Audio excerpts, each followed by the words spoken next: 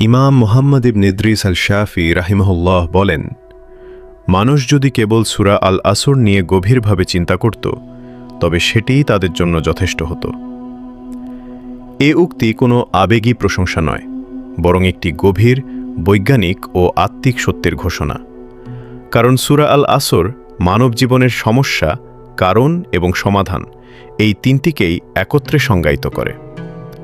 বর্ণিত আছে, সাহাবায়ে কিরাম যখন একে অপরের সাথে সাক্ষাৎ করতেন বিদায়ের আগে তারা সূরা আল আসর পাঠ করতেন। ভাবুন তো, বিদায়ের শেষ কথাটা কি ছিল?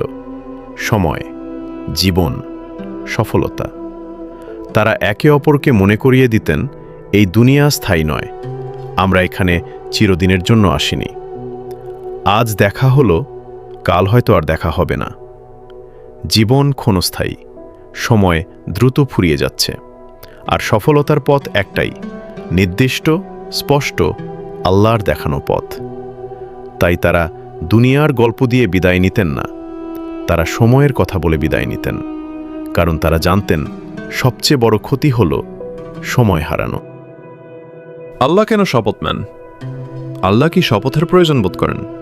না, আল্লাহর বাণী নিজেই পরম সত্য, তাকে সত্য প্রমাণ করতে কোনো কসমের প্রয়োজন নেই। তাহলে প্রশ্ন আসে, তাহলে কেন শপথ? কুরআনে শপথ নেওয়ার কয়েকটি গভীর উদ্দেশ্য আছে। ১. গুরুত্ব বোঝানো। যখন অত্যন্ত গুরুত্বপূর্ণ কোনো ঘোষণা দেওয়া হয় তখন শপথের মাধ্যমে মনোযোগ কেন্দ্রীভূত করা হয়।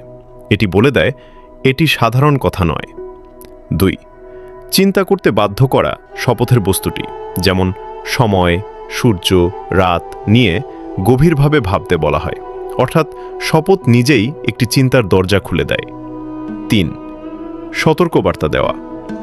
শপথ যেন ঘোষণা করে, এরপর যে কথা আসছে তা অবহেলা করো না। ভাবুন, একজন শিক্ষক যদি বলেন, আমি বলছি এটা খুব গুরুত্বপূর্ণ, তখন শ্রেণীকক্ষের পরিবেশ বদলে যায়, সবাই মনোযোগী হয়ে যায়। কুরআনের শপথও তেমন, এটি মানবজাতিকে নাড়িয়ে দেওয়ার ভাষা, ঘুমন্ত বিবেককে জাগিয়ে তোলার আহ্বান। তাই যখন আল্লাহ বলেন ওয়াল আসর, সময়ের শপথ, এটি শুধু একটি বাক্য নয়, এটি এক ধাক্কা, এক সতর্ক সংকেত, অর্থাৎ তোমার জীবন দ্রুত ফুরিয়ে যাচ্ছে, এবার জাগো। উসুলুল ফিকহের আলোকে বিশ্লেষণ। প্রথম আয়াত, ওয়াল আসর অর্থ সময়ের শপথ। আল্লাহ সময় শপথ করেছেন। উসুলের দৃষ্টিতে কসম মানে গুরুত্ব, সতর্কতা এবং চূড়ান্ত জোর, অর্থাৎ এরপর যে ঘোষণা আসছে তা সাধারণ বক্তব্য নয়, বরং অবধারিত ও সর্বজনীন সত্য। আসর মানে কি? আসর শব্দটি সময়কে নির্দেশ করে। কিছু মুফাসসির বিকেলের সময়কে বোঝান, যা দিনের শেষ প্রহর, হিসাবের মুহূর্ত। আবার অনেক তাফসিরকার বলেন এখানে সময় বলতে পুরো মানব ইতিহাস অথবা মানুষের জীবনের প্রতিটি ক্ষণ বোঝানো হয়েছে, কারণ সময়ের ভেতরেই পরীক্ষা হয়, সিদ্ধান্ত হয়, ভাগ্য নির্ধারিত হয়। কেন সময়ের শপথ? কেন সময়কে এত গুরুত্ব দেওয়া হয়েছে? কারণ সময়ই আমাদের জীবন।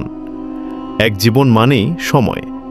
আমরা আসলে বছর নই, আমরা দিন, আমরা ঘন্টা, আমরা কিছু সীমিত মুহূর্তের সমষ্টি।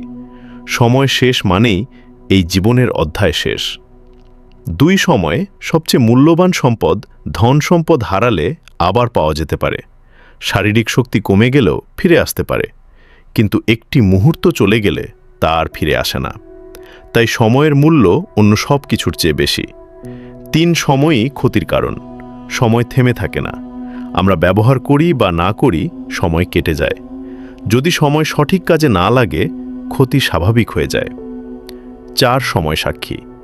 প্রতিটি মুহূর্তের মূল্য আছে, প্রতিটি সিদ্ধান্তের প্রভাব আছে। একদিন এই সময় প্রমাণ হবে আমরা কিভাবে আমাদের জীবন ব্যবহার করেছি। তাই সময় শপথের অর্থ হল, তোমার জীবন সীমিত, তোমার সুযোগ সীমিত, সচেতন হও, সময়কে অর্থপূর্ণ করো।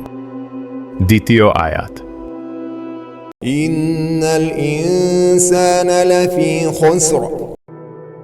এটা শুধু একটি বাক্য না, এটা মানব জাতির বিরুদ্ধে এক চূড়ান্ত ঘোষণা। এখানে ৩ স্তরের জোর রয়েছে। ইন্না, নিশ্চয়ই, কোনো সন্দেহ নেই, কোনো ব্যতিক্রম নেই।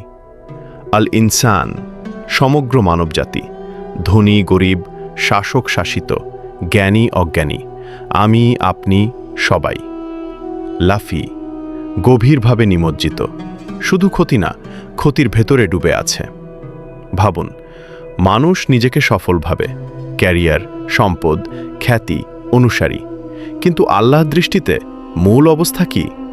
ক্ষতি। উসুলের ভাষায় এটি অমুম সার্বজনীন ঘোষণা, মানে ক্ষতি হলো ডিফল্ট অবস্থা, সফলতা হলো ব্যতিক্রম। আমরা জন্ম থেকেই সময় হারাচ্ছি, প্রতিদিন কমছি, প্রতিটি শ্বাস আমাদের শেষের দিকে নিয়ে যাচ্ছে। আর যদি সেই সময় ঈমান, আমল, সত্য ও সাবরে পূর্ণ না হয়, তাহলে সেই জীবন দেখতে সফল হলেও আসলে ক্ষতিগ্রস্ত।